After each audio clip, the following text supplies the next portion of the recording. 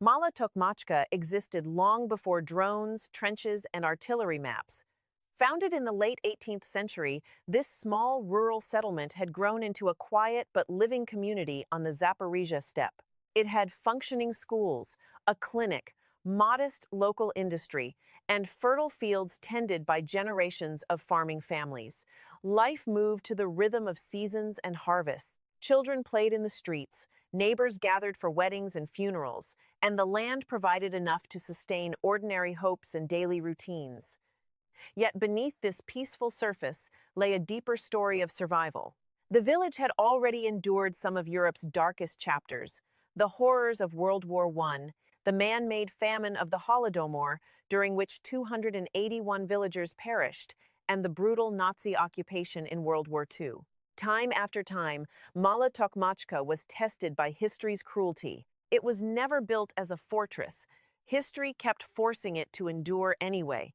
In the early days of the full-scale invasion, Russian forces swept into Mala Tokmachka and seized the village.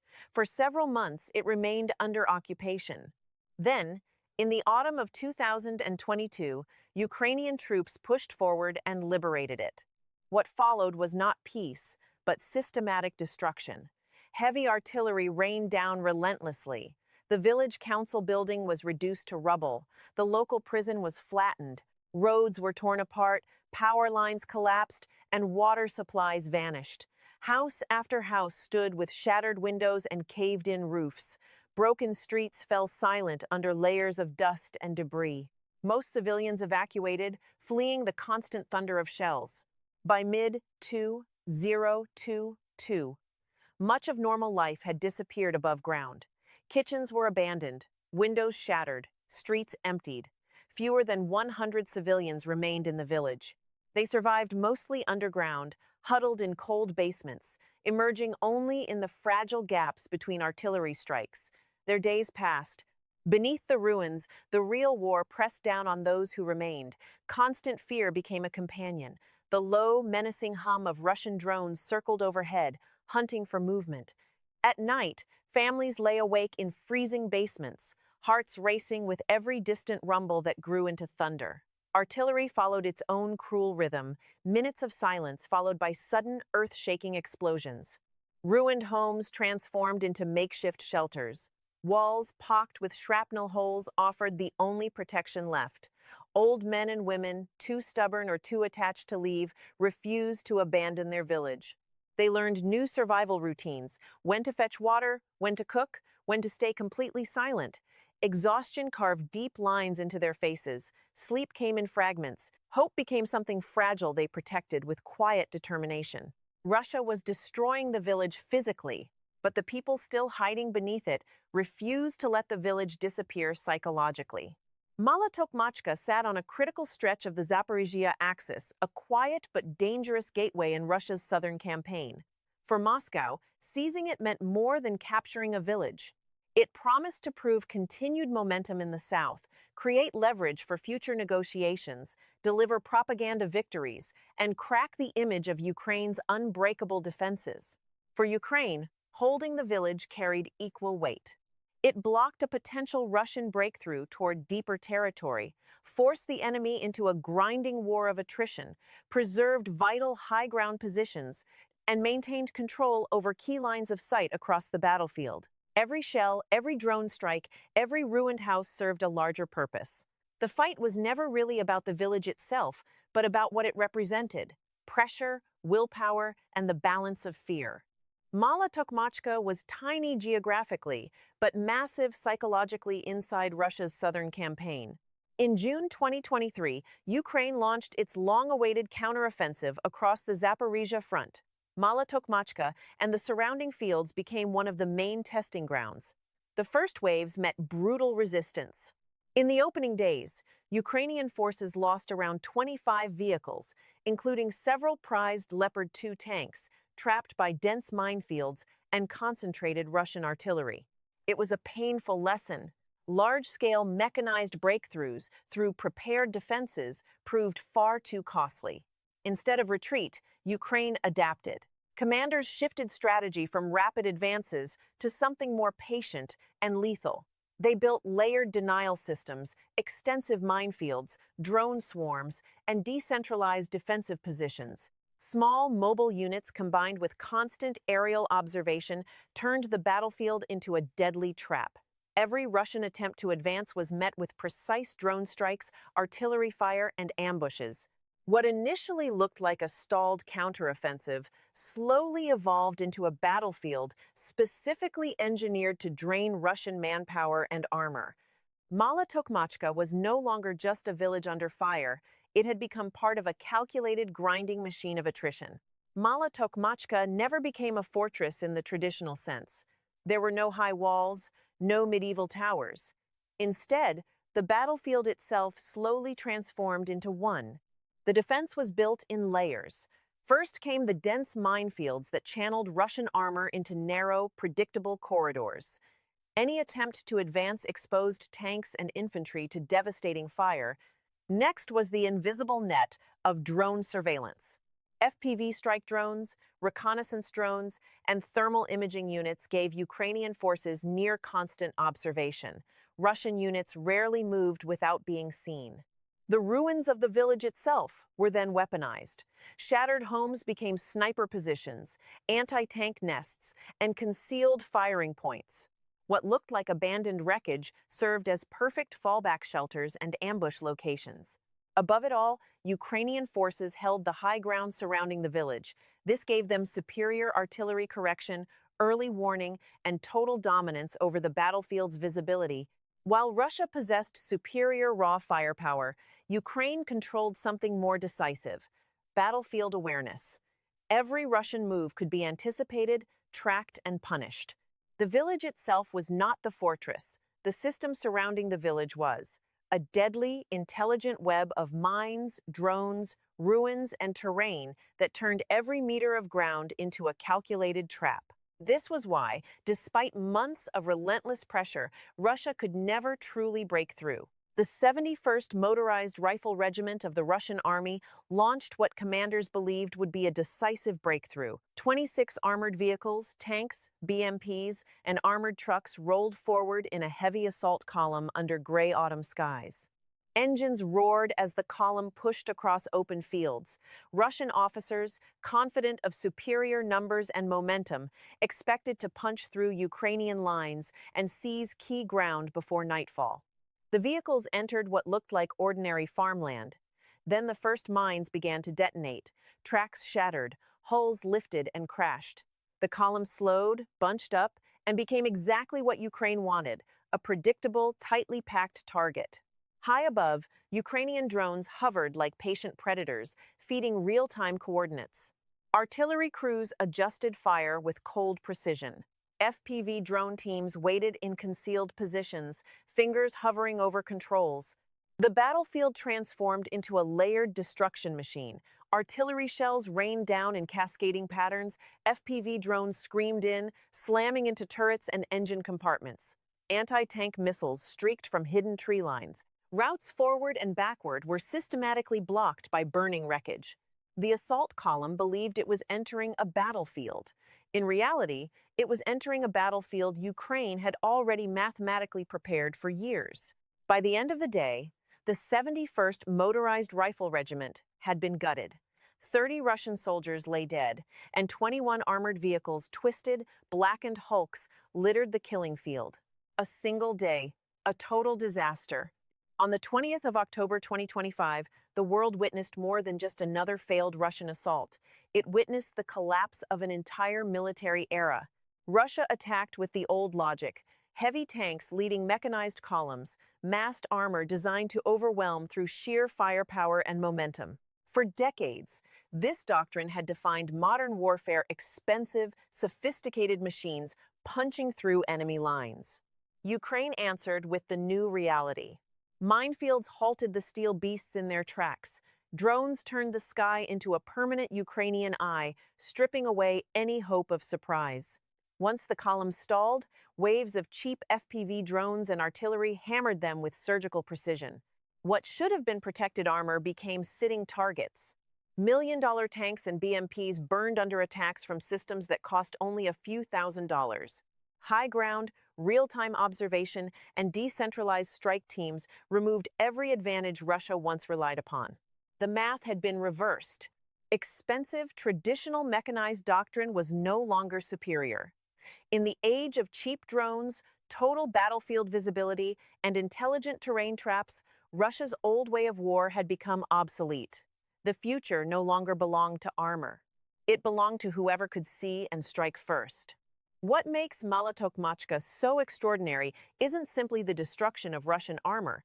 It's the realization that small defensive systems built around drones, intelligent minefields, and total battlefield awareness are now capable of stopping mechanized assaults from major military powers. In a single afternoon, centuries of traditional military doctrine were called into question.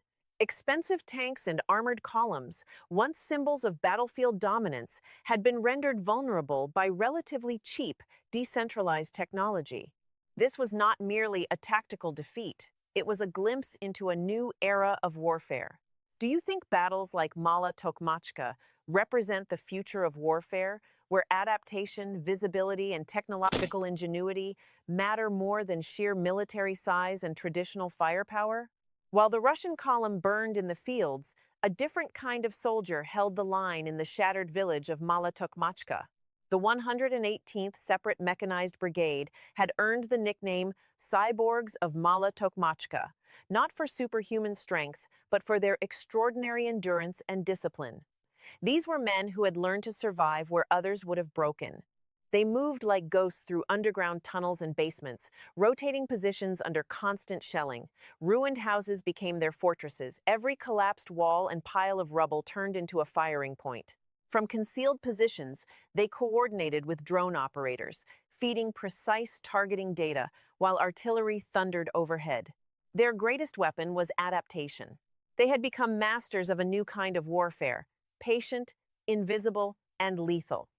While Russian armor advanced with brute force, the cyborgs waited, struck, and survived. They were no longer defending ordinary streets.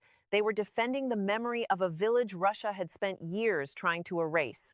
In the ruins of Mala Tokmachka, these defenders proved that human resilience, fused with modern technology, could hold back a much larger enemy. Even as the 71st Regiment lay shattered outside Mala Tokmachka, Russian official channels declared victory. State media and military bloggers announced that the village had been fully liberated by Russian forces. The narrative was clear: another triumph for the Russian army.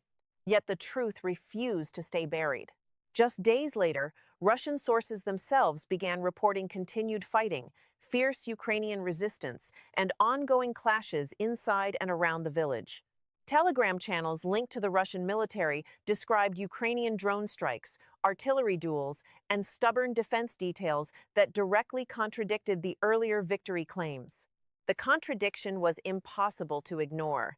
Moscow was no longer simply struggling to capture Mala Tokmachka.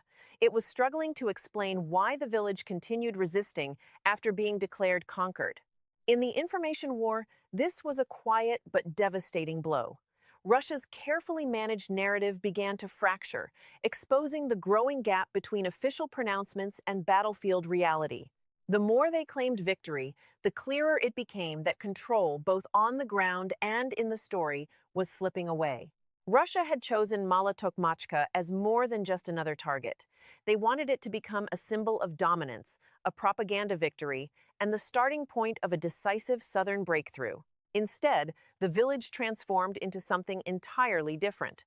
It became a symbol of attrition, a military embarrassment, and living proof of Russia's dangerous overextension. Every fresh assault, every new wave of troops and armor thrown at its ruins, only deepened the wound.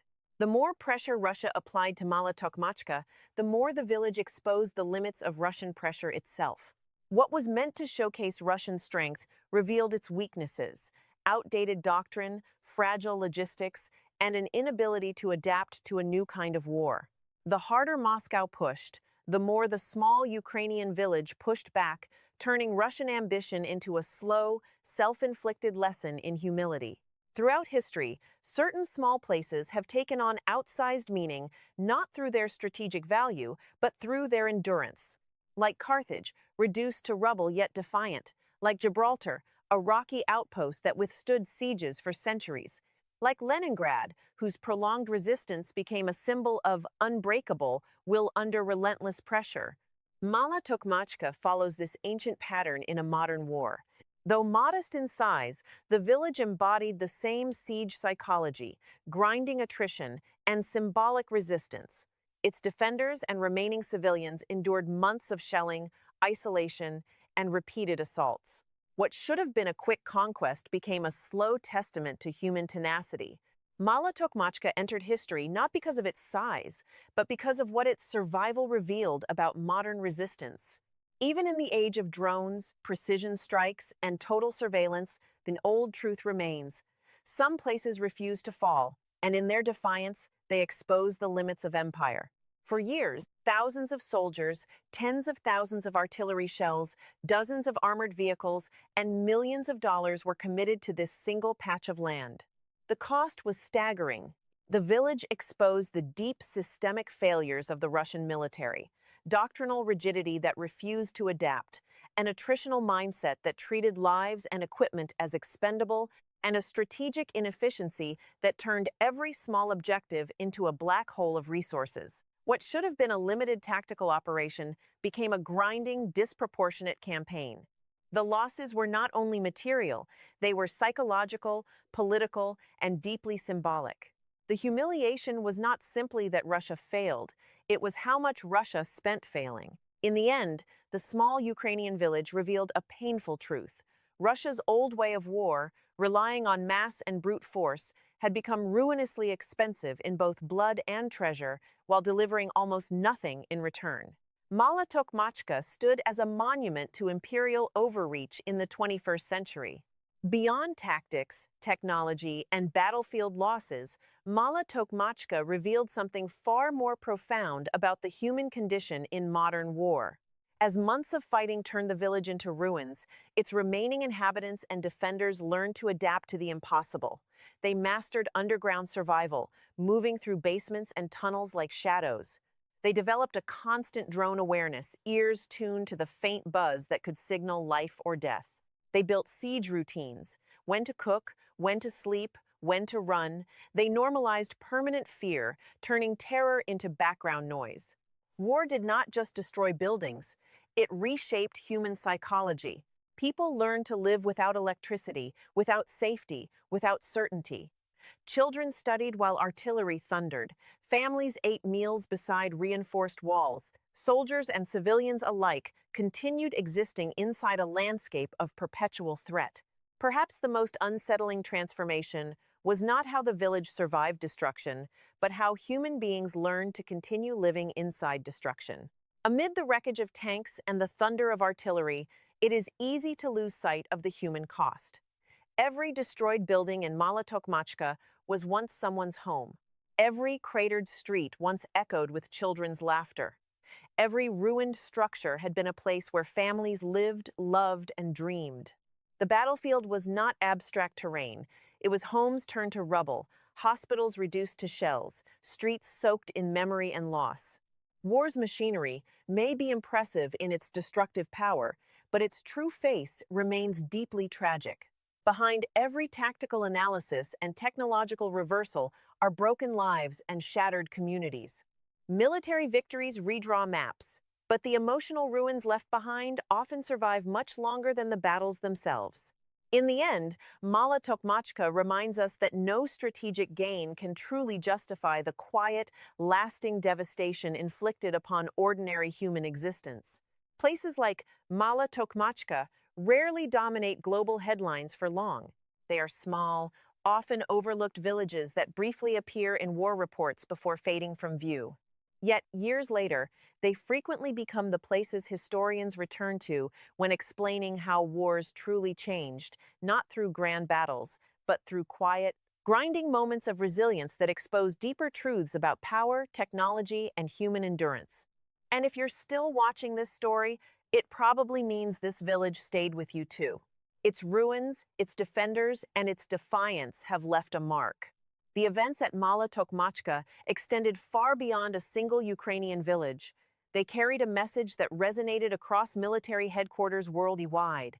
Mala Tokmachka proved that modern warfare now rewards those who master drones, rapid adaptation, total battlefield visibility, decentralized defense, and above all, patience. A small defending force, using relatively cheap technology and intelligent tactics, had repeatedly blunted the advances of a much larger, conventionally superior army. This outcome carried strategic implications well beyond the battlefield. Russia's long-standing myth of inevitable superiority built on numbers, heavy armor, and raw firepower was visibly weakened in the eyes of global observers. Nations studying the conflict took note. The old rules of war were shifting. Mala Tokmachka demonstrated that military superiority in the drone age is no longer measured only by size. It is measured by adaptation speed. The village became a cautionary tale for any military still relying on 20th century doctrine in a 21st century battlefield. When the artillery finally faded over Mala Tokmachka, what remained was not simply a ruined village. It was evidence that even the smallest places can alter the psychological direction of a war. In the silence that followed, the twisted metal of Russian armor lay scattered across the fields like forgotten relics. The shattered homes stood as quiet witnesses, and the defenders, the cyborgs of Mala Tokmachka, continued their watch amid the rubble. What began as a battle for territory had become something far deeper, a testament to endurance, ingenuity, and the quiet power of resistance. Mala Tokmachka, once home to just 3,000 people and covering barely 8 square kilometers, had withstood years of relentless Russian assaults. In that small patch of land, Russia lost dozens of armored vehicles, hundreds of soldiers, vast quantities of ammunition, and something even more valuable, its aura of inevitability. Its propaganda was exposed, its doctrine humiliated, and its military prestige damaged. Russia tried to erase the village. Instead, the village exposed Russia. If you want more deep battlefield documentaries that go beyond headlines and uncover the systems, psychology, and human cost shaping this war, stay with the channel. Because after more than 1,500 days of resistance, Mala Tokmachka became far more than a village. It became proof that even the smallest battlefield can shatter the illusion of invincibility,